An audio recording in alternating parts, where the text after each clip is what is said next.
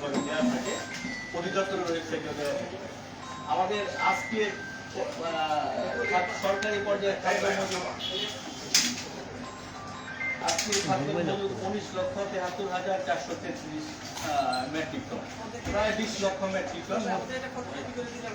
হ্যাঁ, এটা কপি সবাই ফটোকপি হচ্ছে, ঠিক 5 মিনিটের মধ্যে আপনারা পেয়ে যাবেন।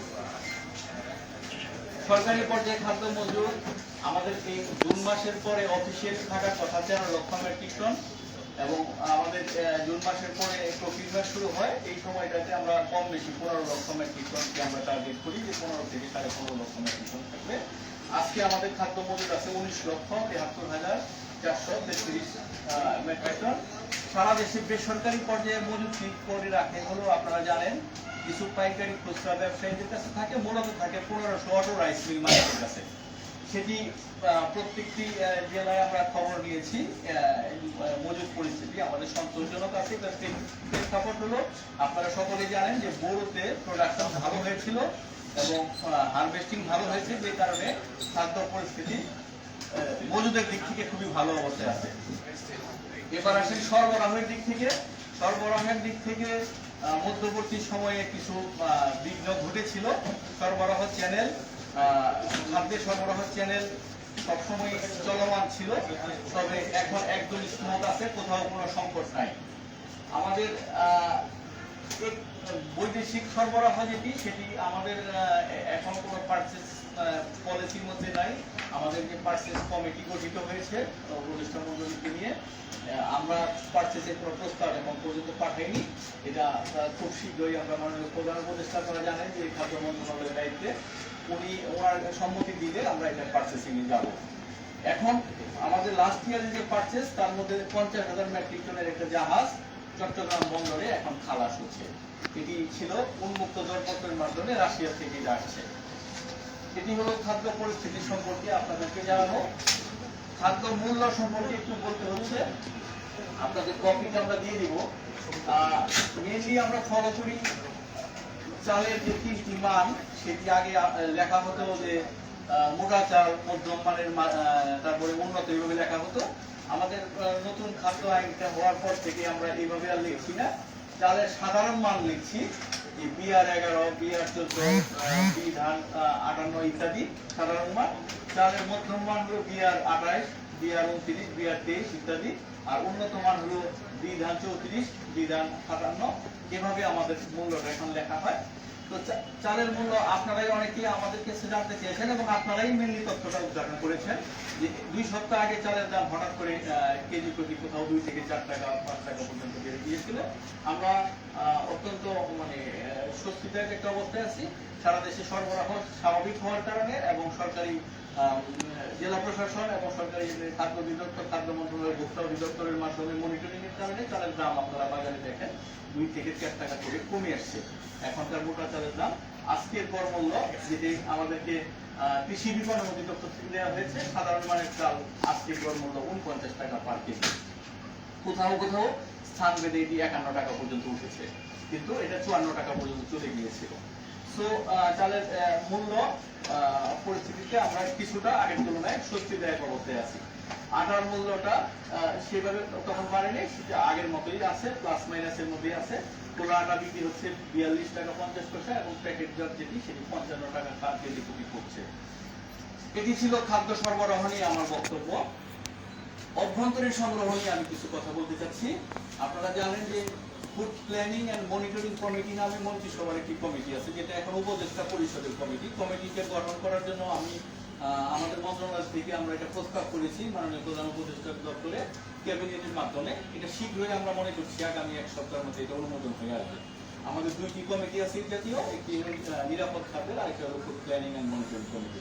এই কমিটি নির্ধারণ করে কত চাল কিনতে হবে, কত চাল, আপনারা ওই কমিটিগুলোতে আপনারা থাকেন অনেকেই, আপনারা জানেন, এবং এটার মূল্য কতটুকু হবে। লাস্ট মিটিংটা হয়েছিল এফসিএমসি 21 এপ্রিল 2024। সেখানে নির্ধারণ করা হয়েছিল সিদ্ধ চাল 11 লক্ষ মেট্রিক টন কেনা হবে, ধান কেনা হবে 5 লক্ষ মেট্রিক টন, আতপ চাল 1 লক্ষ মেট্রিক টন, গম 50,000 মেট্রিক টন। এটা আমাদের টার্গেট ফিক্স করে দেওয়া হয়েছিল। আমরা মন্ত্রণালয় পর্যায় থেকে এই সংগ্রহের টাইমটা আমরা নির্ধারণ করি। সেখানে নির্ধারণ করা ছিল, এটা আরো আগে নির্ধারণ করা ছিল যে 31শে অগাস্ট শেষ হবে। 31শে অগাস্ট গতকাল ছিল, আপনারা জানেন আমাদের অভ্যন্তরীণ সংগ্রহ বোরো মৌসুমে গতকাল শেষ হয়েছে। কোথাও কোথাও থেকে দাবি ছিল যে এই টাইমটা আরো 7 দিন বাড়ানো যায় কিনা, কিন্তু এটা আমরা বাড়াতে পারিনি একটা টেকনিক্যাল কারণে। কারণ আজকে থেকে আমাদের খাদ্য বান্ধব কর্মসূচির খাদ্যশস্য মাঠে চলে যাচ্ছে।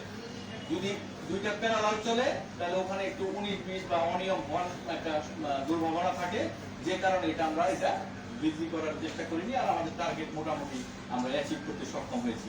কি হয়েছে, সিদ্ধ চাল আমরা 11 লক্ষ টার্গেট ছিল, 11,25,381 মেট্রিক টন আমরা সংগ্রহ করতে সক্ষম হয়েছি কালকে রাত পর্যন্ত। এটি আমাদের লক্ষ্যমাত্রার 102%। ধান সংগ্রহটা আমাদের কম হয়েছে। ধান সংগ্রহ বরাবরই কম হয়, গত বছর মাত্র 40% হয়েছিল। 5 লক্ষ মেট্রিক টন ছিল, তারপর আল্লাহর রহমতে এবার 2,96,079 মেট্রিক টন, প্রায় 60% সংগ্রহ হয়েছে ধান। আতপ চাল লক্ষ্যমাত্রা ছিল 1 লক্ষ মেট্রিক টন। আমরা আতপ চালের চাহিদা বেড়েছে চিটাগাং এবং সিলেট বেলতে, যেহেতু বাইরে থেকে আনা যাচ্ছিল না বা বাইরের দাম অনেক বেশি দেশের বাইরে, এই কারণে আমরা একটু জোর দিচ্ছিলাম। এটি 1,24,068 মেট্রিক টন আমরা সংগ্রহ করতে সক্ষম হয়েছি, যেটি লক্ষ্যমাত্রার 124%। এখানে গম সংগ্রহের লক্ষ্যমাত্রা আমরা প্রত্যেকবারই ঠিক করি, কিন্তু হয় না আসলে। মাত্র 37 লক্ষ মেট্রিক টন গম আমাদের এখানে সংগ্রহ হয়েছে। মূলত গম সংগ্রহ হয়নি, 0.07%। গমের দাম আমরা 32 টাকা থেকে 35 টাকা কেজিতে উন্নত করার পরেও এটা হয় নাই। আরো বাড়ানো যেতে পারতো, কিন্তু এফপিএমসি কমিটিতে তখন সিদ্ধান্ত নেওয়া হয়েছিল আরো বাড়ানো হলে বাইরের দাম যেহেতু কম, বাইরে থেকে কিনে এনে সরকারি গোডাউনে কেউ আবার দিয়ে দিতে পারে, এই কারণে এটা আরো বাড়ানো হয়। একটি প্রশ্ন, এটা আমার খাদ্য সংগ্রহ অভিযান কালকে শেষ হয়েছে। কিছু কিছু জায়গায় যেমন সিদ্ধ চাল ও আতপ চাল সামান্য আমরা যে বেশি ক্রয় করেছি, এটা মন্ত্রণালয়ের এখতিয়ার আছে, এবং পরবর্তীতে আমরা এফপিএমসি মিটিং এর মাধ্যমে যে পরের মিটিংটা হবে এটা গোটাবেক্ষ রাষ্ট্রের স্বার্থে আমরা অনুমোদন নিয়ে, এটা হলো সংগ্রহ নিয়ে আমার বক্তব্য। সিদ্ধ চাল একটু বলবে না, ব্যাপারটা আপনাদের দিয়ে দেওয়া হবে। 11 লক্ষ টার্গেট ছিল, 11,25,381 মেট্রিক টন আমরা সংগ্রহ করেছি, 102%। আমরা বন্যা দুর্গত এলাকায় খাদ্য মন্ত্রণালয়ের প্রোগ্রামটা একটু এক্সটেন্ড করেছি। যে আপনারা জানেন বন্যা দুর্গতদের ত্রাণ কার্যক্রম চালানোর এখতিয়ার দুর্যোগ ব্যবস্থাপনা এবং ত্রাণ মন্ত্রণালয়ে আপনারা নিয়মিত তাদের কার্যক্রম চলছে। কিন্তু আমাদের যেটা হয়েছে, আমাদের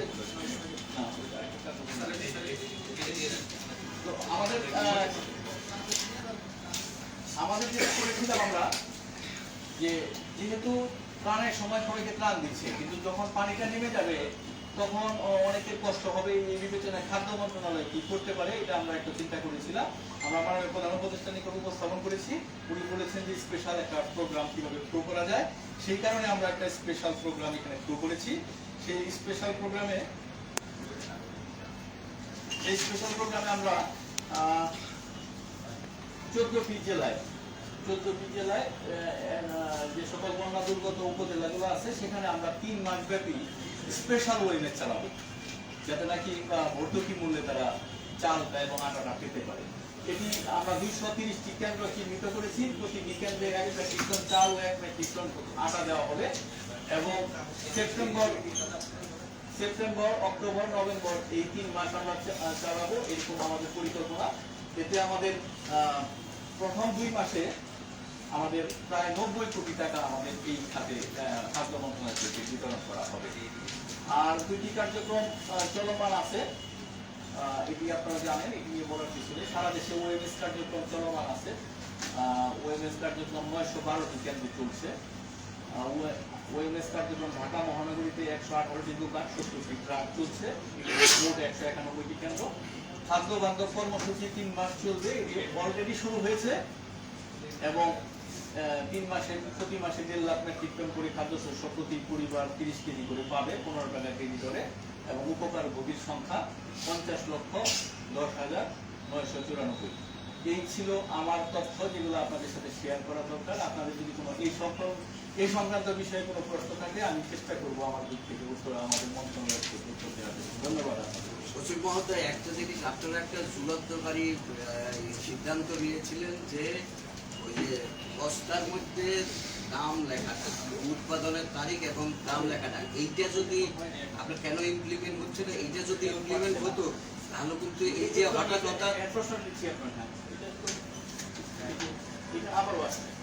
এখানে এই তিনবার, আর এখানে হলো আবারও আসবে। ওদেরকে দেওয়ার আগে তাহলে আবার 50 টাকা আবার দিতে হবে। হয় না। 3 মাসের হিসাব হয় না।